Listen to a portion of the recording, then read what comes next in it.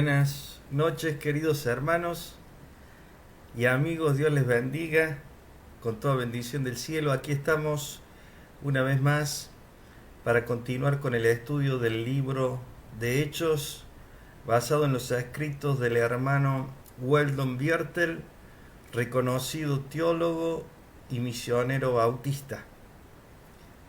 Ya estamos entrando al capítulo 13 del libro de Hechos. Vamos a entrar, pero antes vamos a hacer un pequeño repaso de lo que habíamos visto la semana pasada, pero vamos a orar a Dios pidiendo la bendición. Todos aquellos que todavía no se han conectado, los invito a irse conectando para continuar con este estudio que espero sea de bendición. Vamos a orar a Dios. Padre, gracias te damos en esta noche por tu misericordia renovada. Queremos, Señor, venir a tu presencia porque nos sentimos necesitados del alimento que viene de tu boca, Señor, que es tu palabra. Señor, ayúdanos para poder poner por obra todo lo que tú nos enseñas y tú nos muestras, Señor. Bendice a cada familia, Señor, que se conecta, cada familia que está mirando del otro lado, cada hermano, cada hermana, cada amigo, cada amiga, Señor, que estés bendiciendo. Señor, clamamos a ti también por nuestra nación, por las naciones, que tengas misericordia en este tiempo con esta pandemia que estamos viviendo, que tú hagas retroceder en el nombre de Jesús toda enfermedad. Señor, sabemos que está todo bajo tu control, Padre, y te clamamos, Señor, en este día por misericordia, Señor, para la humanidad.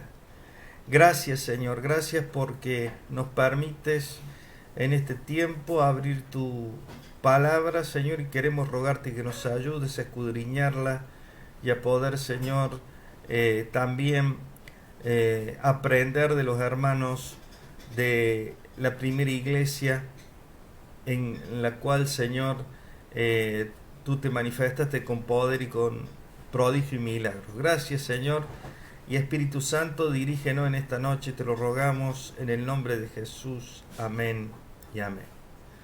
Muy bien, queridos hermanos, vamos a repasar un poquito lo que habíamos visto el miércoles pasado, que tenía que ver con el capítulo 12. Nosotros comenzamos viendo de que se volvió a recrudecer la persecución entre los de la persecución de Herodes sobre los hermanos. Vimos todo algo acerca de la familia del rey Herodes, que en la época de Jesús el Herodes que estaba era Herodes el Grande, y en este caso era uno de los hijos de Herodes, el que estaba ahora en el libro de Hechos, que es Herodes Agripa, nieto de Herodes el Grande.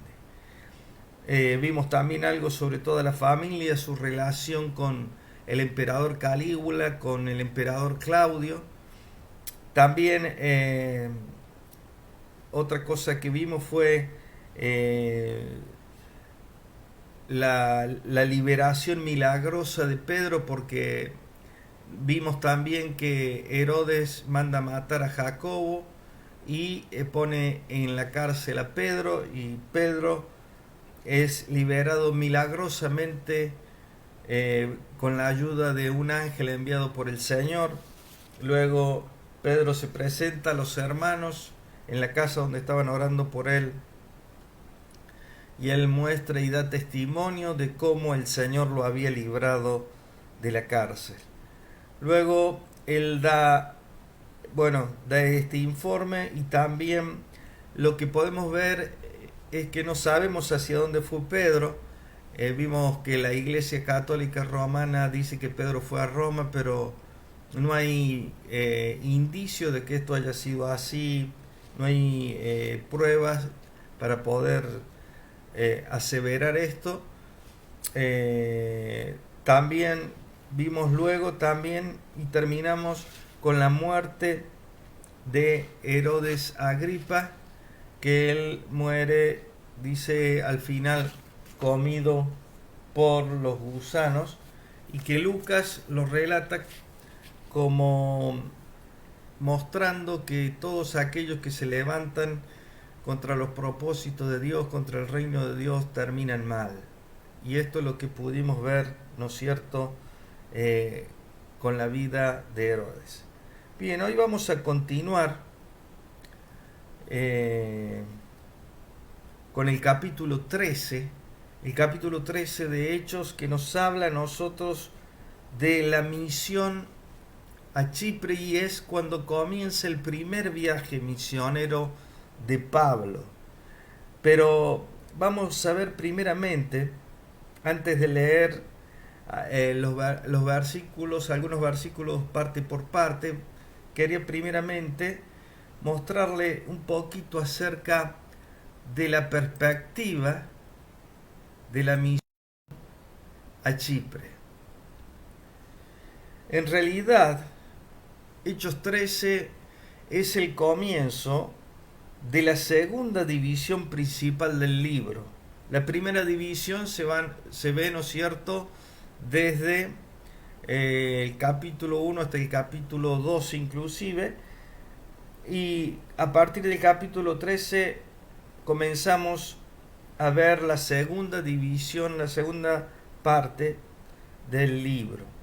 Las actividades de la primera parte están centradas principalmente en Jerusalén. El testimonio en esa primera parte estaba dirigido a los judíos. Sin embargo, también Lucas incluye relatos de varios incidentes que prepararon el camino para la gran misión a los gentiles. A medida que el evangelio se extendía desde Palestina y Siria a otras provincias romanas, los discípulos continuaron intentando ganar a los judíos, pero el crecimiento más significativo se dio entre los paganos. Bien, continuamos.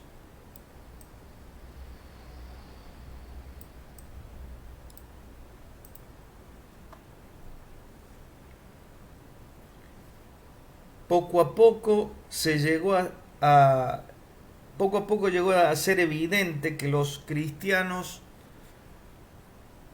no podían continuar su asociación con los cultos en las sinagogas, porque los judaizantes estaban forzando al cristianismo a separarse completamente del judaísmo. O sea, ¿por qué? Porque, como la misma palabra lo indica, los judaizantes querían justamente judaizar el cristianismo, incluyendo las tradiciones y las ceremonias judías, siendo que en realidad esto era totalmente superficial en cuanto a la conversión de las vidas.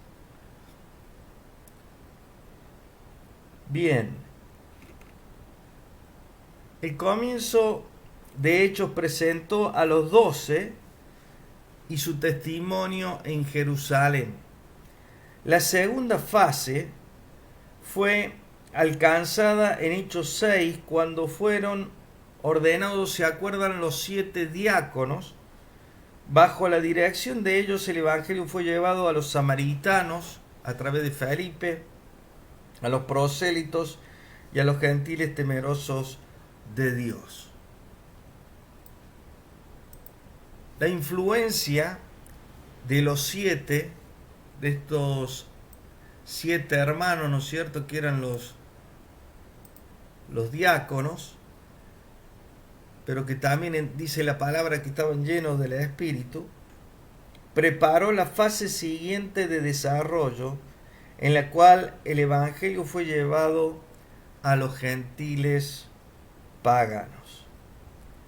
Bien, vamos a comenzar leyendo el versículo 1 del capítulo 13.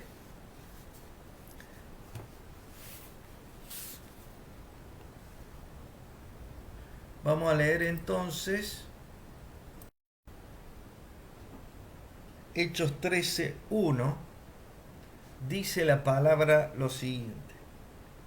Había entonces en la iglesia que estaba en Antioquía profetas y maestros: Bernabé, Simón el que se llamaba Níger, Lucio de Cirene, Manahaén, el que se había criado junto con Herodes el tetrarca, y Saulo. Bien, nosotros podemos ver aquí entonces que ya la iglesia se había comenzado a ordenar y a organizar. Vamos a ver esto que dice la palabra acerca de los líderes en Antioquía.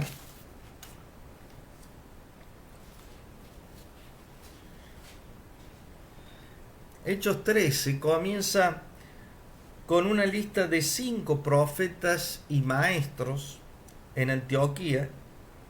Los 12 y los 7 dejan de estar en primera plana ahora, y Lucas sigue las actividades de 2 de los 5 líderes de Antioquía. Esos 2, líderes son Bernabé, que era nativo de Chipre y que ya fue introducido por Lucas en relación a la obra en Jerusalén, y también tenemos a Saulo de Tarso, que era el otro líder ya en la iglesia de Antioquía, que también está incluido dentro de este liderazgo que ya había en la iglesia en Antioquía.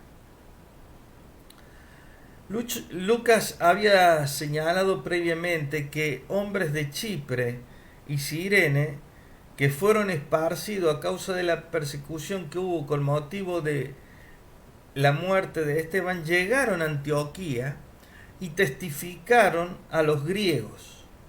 Y como les dije, Bernabé, ¿no es cierto?, había traído también a Saulo de Tarso, ¿se acuerdan?, para ayudarlo en la enseñanza de los nuevos cristianos en Antioquía. Bien, vamos a ver estos 5 líderes quiénes eran.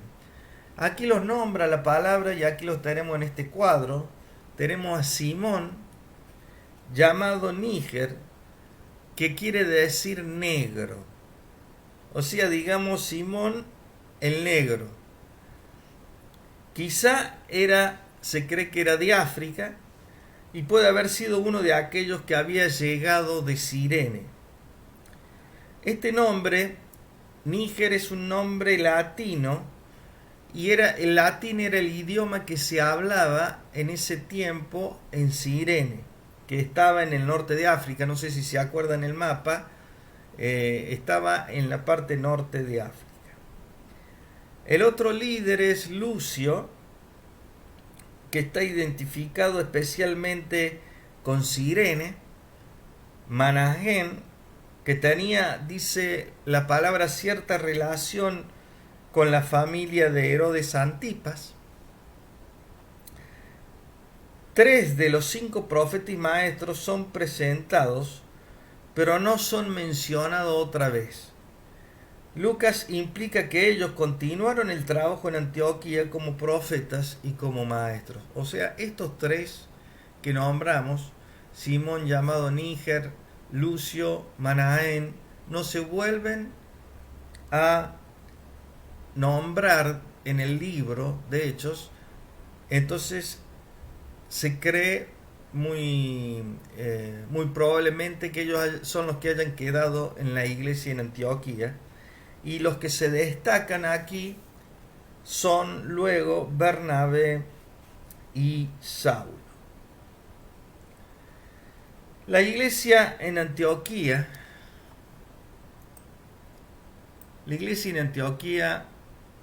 tenía más líderes capacitados de los que eran absolutamente necesarios, mientras otras partes del mundo estaban siendo descuidadas. La estrategia de Dios reveló por medio de la dirección del Espíritu Santo, que ya lo vamos a leer, que los líderes más capaces debían separarse de la iglesia establecida y comenzar un trabajo nuevo. Lamentablemente, en nuestros días la estrategia ha sido cambiada. Muy a menudo los líderes con excelente preparación y habilidades permanecen en las iglesias grandes y establecidas, y se envía a los que no tienen experiencia para comenzar trabajos misioneros. Es interesante especular si el reino de Dios crecería más rápido si los pastores bien preparados y experimentados establecieran las nuevas obras como lo hicieron Bernabé y Saulo en Antioquía. Bien, vamos a continuar, vamos a leer versículos 2 y 3 y luego vamos a ver un cuadro que nos habla a nosotros de el plan para la expansión desde Antioquía. Versículos 2 y 3, fíjese lo que dice la palabra, y yo quisiera que usted resalte el versículo 3 principalmente. Fíjese lo que dice: ministrando estos al Señor y ayunando, dijo el Espíritu Santo, apartadme a Bernabé y a Saulo para la obra a que los he llamado. Entonces, habiendo ayunado y orado, les impusieron las manos y los despidieron. Bien.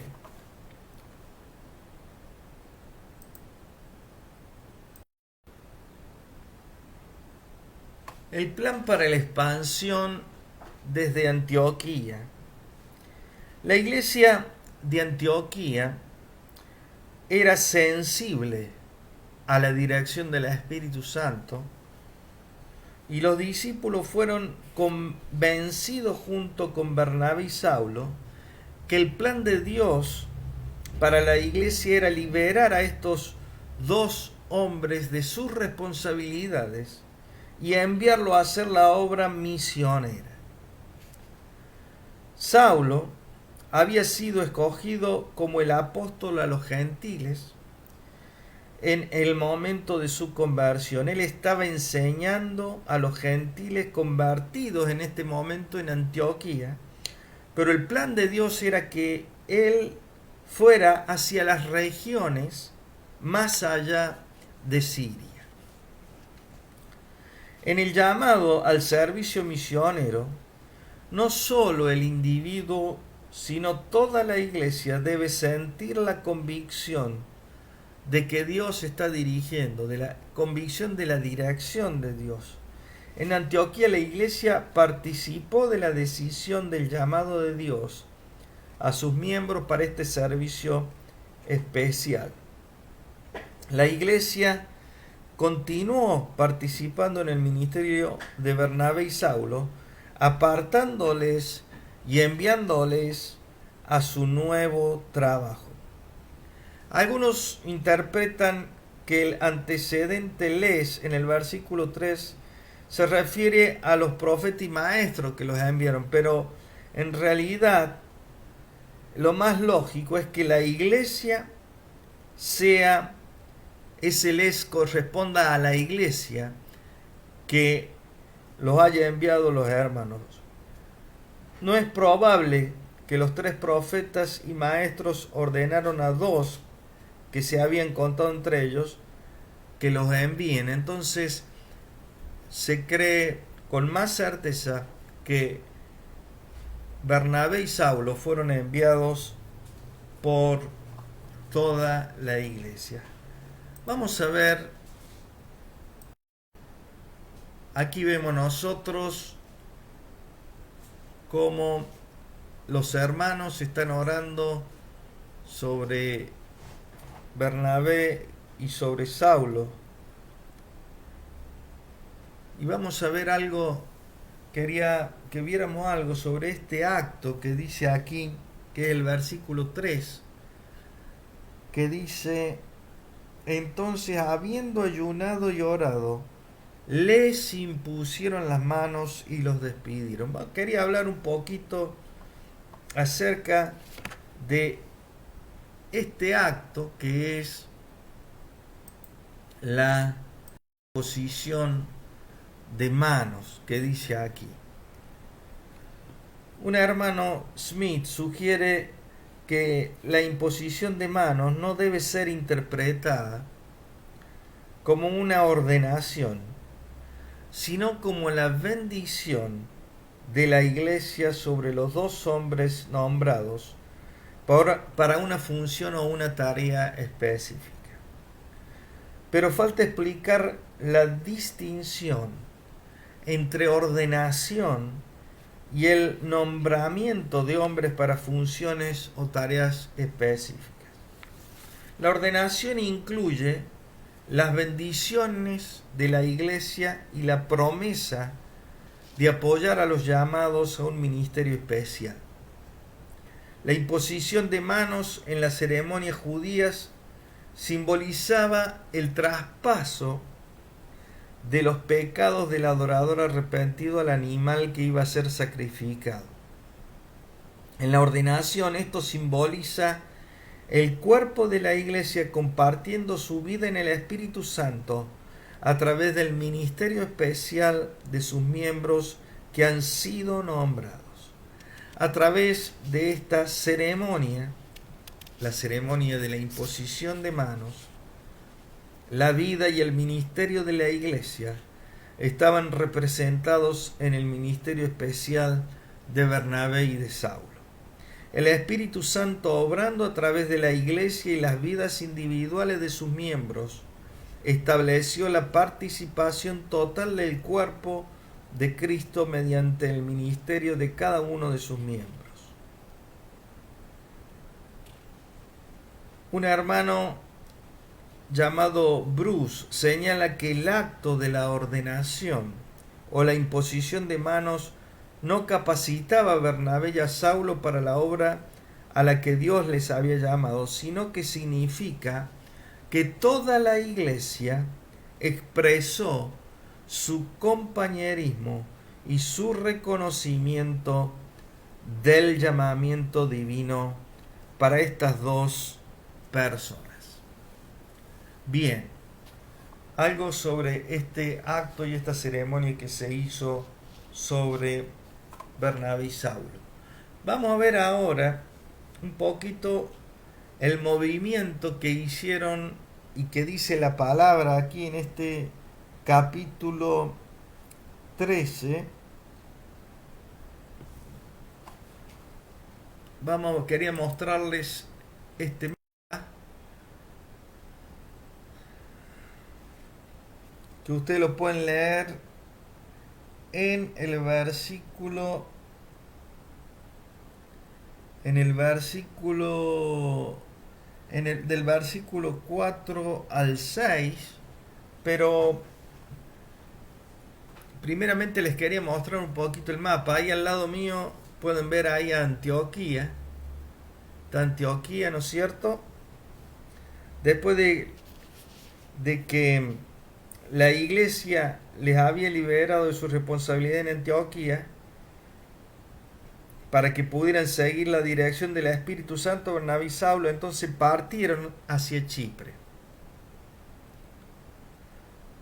Dice la palabra que se embarcaron en Seleucia. Ahí pueden ver desde Antioquía a Seleucia había una distancia más o menos de 25 kilómetros, porque tenían que ir hacia la ciudad portuaria, que era Seleucia. Ellos ahí se embarcaron hacia Salamina, que es el puerto en la isla de Chipre. Ahí pueden ver ustedes la isla de Chipre, ¿no es cierto? Llegan a Salamina y luego vamos a ver en el transcurso del relato que ellos cruzan toda la isla de Chipre hasta Pafos, que es la capital de Chipre. Y es allí donde tienen el encuentro, como vamos a ver, con el precónsul romano. Bien, esto era más o menos para que ustedes se ubicaran, ¿no es cierto? Entonces de Antioquía fueron a Seleucia, de Seleucia, en la ciudad portuaria, tomaron el barco hacia Salamina, que era el puerto de Chipre, y desde allí recorrieron toda la isla hasta la otra punta, llegando, predicando el evangelio y llegando hasta Pafos. Bien, vamos a ver un poquito ahora la misión en Chipre.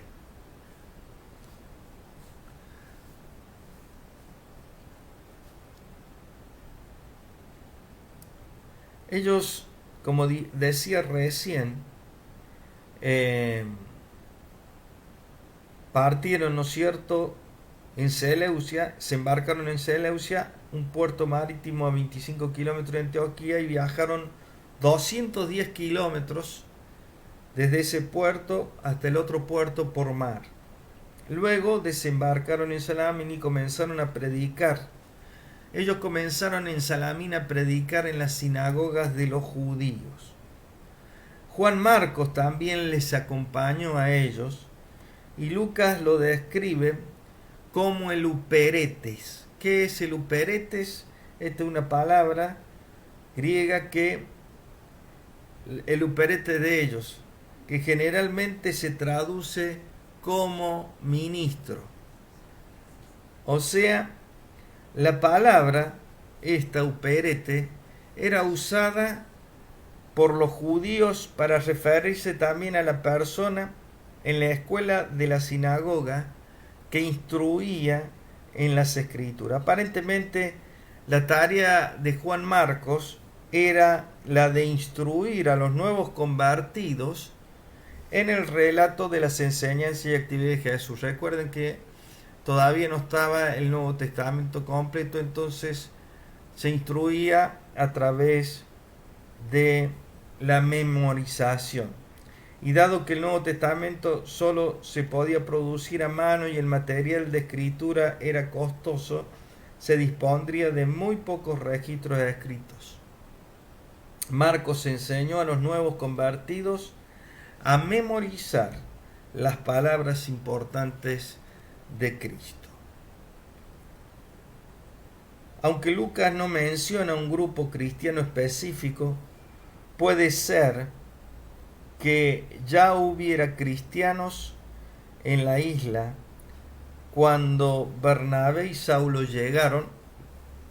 Lucas afirma, ¿se acuerdan? En el capítulo 11, versículo 19, nosotros leímos que algunos de los refugiados predicaron en la isla de Chipre.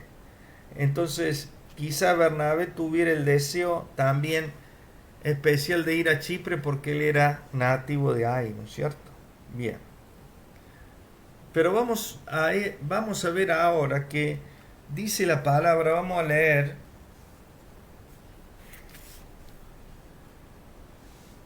versículo 6 en adelante, hasta el 12. Dice la palabra, y habiendo atravesado toda la isla hasta Pafos, hallaron a cierto mago, falso profeta, judío llamado Bar Jesús, que estaba con el precónsul Sergio Paulo, varón prudente. Este, llamando a Bernabé y a Saulo, deseaba oír la palabra de Dios, pero les resistía Elimas, el mago, que este nombre de Elimas es también el de Bar Jesús, es el mismo, ¿no es cierto? Elimas el mago, pues así se traduce su nombre, procurando apartar de la fe al precónsul. Entonces, Saulo, que también es Pablo, fíjense que aquí resalta, ¿no es cierto?, el nombre romano, Saulo el nombre judío, Pablo el nombre romano, lleno del Espíritu Santo, fijando en él los ojos, dijo, oh lleno de todo engaño y de toda maldad, hijo del diablo, enemigo de toda justicia, ¿no cesarás de trastornar los caminos rectos del Señor?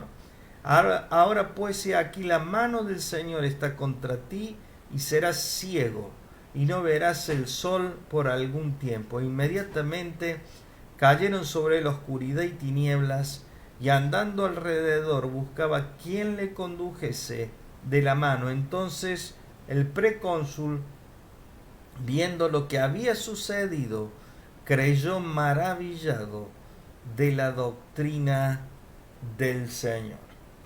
Que Dios bendiga su palabra. Pero vemos aquí nosotros la oposición. Ahí podemos ver en esta figura que hemos leído la oposición de este hombre, Elimas, también llamado, o Bar Jesús, también llamado Elimas, ¿no es cierto? Que no quería que el precónsul escuchara la palabra de Dios que le iban a predicar Saulo, Pablo y Bernabé.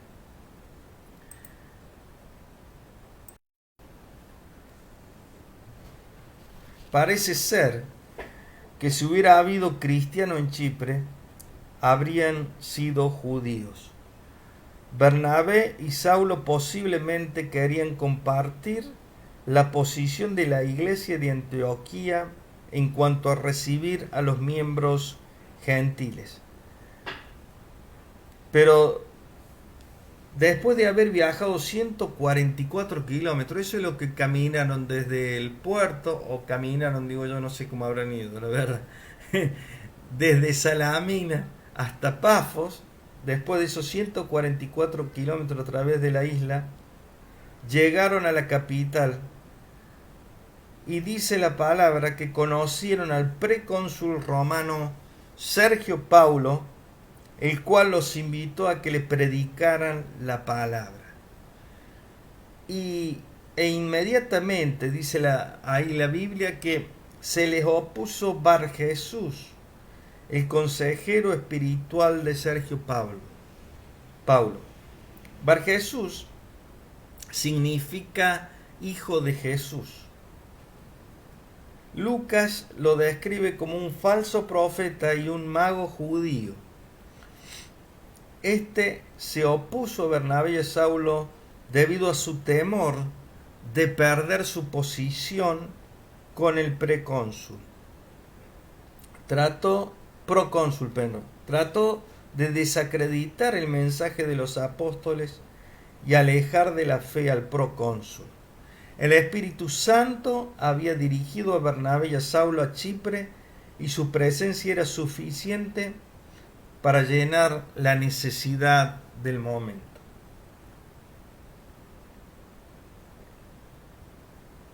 Saulo fue lleno del Espíritu Santo y dijo estas palabras, ¿no es cierto?, que leímos recién. Oh, lleno de todo engaño y de toda maldad, hijo del diablo, enemigo de toda justicia, no cesarás de trastornar los caminos rectos del Señor. Y dice la palabra que al ser reprendido por Pablo, este hombre quedó ciego. Y este incidente también recuerda la experiencia de Saulo, ¿no es cierto?, en el camino de Damasco, cuando también quedó ciego. Pero Lucas afirma que Sergio Paulo, dice la palabra, que creyó, pero no se puede saber bien si se convirtió o no, pero que creyó. Después que su consejero espiritual fue cegado por la mano del Señor, no pudo negar que Bernabé y Saulo tenían el poder del Señor de su lado. Lucas nota que Saulo también, vieron lo que leímos recién en ese versículo que hablaba de Pablo, Saulo, que es Pablo, dice, lleno del Espíritu. Nota también que Saulo era conocido con el nombre Pablo. Con el testimonio al precónsul romano, Pablo comenzó su misión a los gentiles, resulta apropiado también que se le llame por su nombre romano al estar delante de este procónsul romano. En las citas anteriores, Bernabé se menciona en primer lugar. Desde el momento en que Pablo tomó la dirección al predicar a Sergio Paulo, Lucas menciona a partir de allí primero a Pablo y luego a Bernabé, lo que indica que Pablo se convirtió en el líder del grupo. Bien, vamos a dejar aquí. Aquí terminamos nosotros este capítulo 13 y el comienzo de este primer viaje misionero de Pablo. Qué importante que podamos ver nosotros cómo el Espíritu Santo se movió. Fíjense ustedes, tremenda. Vemos nosotros dos momentos importantes en esta parte de la palabra que hemos leído, que son cuando el Espíritu Santo dice que se separe a estos dos hombres, a Saulo y a Bernabé, para la obra que los he llamado. Y luego el Espíritu Santo, ¿cómo se manifiesta sobre la vida de este falso profeta Bar Jesús, que dice la palabra que queda ciego? Queridos hermanos, la iglesia, así como en la antigüedad, necesitó la obra del Espíritu Santo, en el día de hoy necesita también la iglesia la obra del Espíritu Santo, la libertad del Espíritu Santo para que obre en las vidas. Y puedo aseverar y asegurar también que la iglesia necesitará en el tiempo futuro la obra y la presencia del Espíritu Santo. Y queridos hermanos, yo creo que esta obra del Espíritu Santo en estas vidas que hemos visto en este día se mantuvo y permaneció allí en medio de ellos, porque la iglesia era una iglesia de oración, una iglesia de clamor, una iglesia de entrega, una iglesia, como dice ahí, de ayuno y oración, que estando en ayuno y oración el Espíritu Santo apartó a estos dos varones. Queridos hermanos, tomemos este tiempo de pandemia también que viene y que muchas veces no sabemos nosotros cuáles son los propósitos de Dios a través de esto, pero que podamos aprovechar este tiempo para sumergirnos en la vida de la oración, en la vida de buscar la obra del Espíritu Santo sobre nosotros, clamar a Dios para que el Espíritu Santo venga sobre la iglesia, para que se manifieste con el poder, ese mismo poder que se manifestó en la antigüedad. Creemos que Dios puede hacerlo otra vez. No dejemos de confiar, no dejemos de clamar y no dejemos de buscar la obra del Espíritu Santo en medio de la iglesia. Amén. Muy bien, vamos a orar al Señor. Padre, gracias te damos por tu palabra en esta noche. Queremos encomendarte nuestras vidas, encomendarte nuestras familias, encomendarte, Señor, cada uno de aquellos que están padeciendo en este tiempo algún tipo de enfermedad, que tengas misericordia, que levantes, que hagas prodigios, milagros. Espíritu Santo, clamamos por tu obra sobre nosotros. Aviva tu obra en medio de los tiempos. Aviva tu obra, Espíritu Santo, en medio de este tiempo que lo necesitamos tanto, Señor, para que tu poder sea manifestado y la gente pueda creer. Gracias, Señor, te damos por la obra de tu Espíritu y por ver cómo obraste en la vida de nuestros hermanos. Señor, nos animas y nos alientas a seguir adelante buscando tu presencia en nuestras vidas. Gracias, Señor, te honramos. Bendice a cada uno de los hermanos y hermanas que están viendo este video, que sea de bendición y que tú estés trayendo fortaleza y paz a cada vida. En el nombre de Jesús, amén y amén. Muy bien, queridos hermanos, que tengan una hermosa semana con la compañía del Señor, y como aprendimos en esta noche, busquemos que el Espíritu Santo continúe obrando en medio nuestro. Dios les bendiga.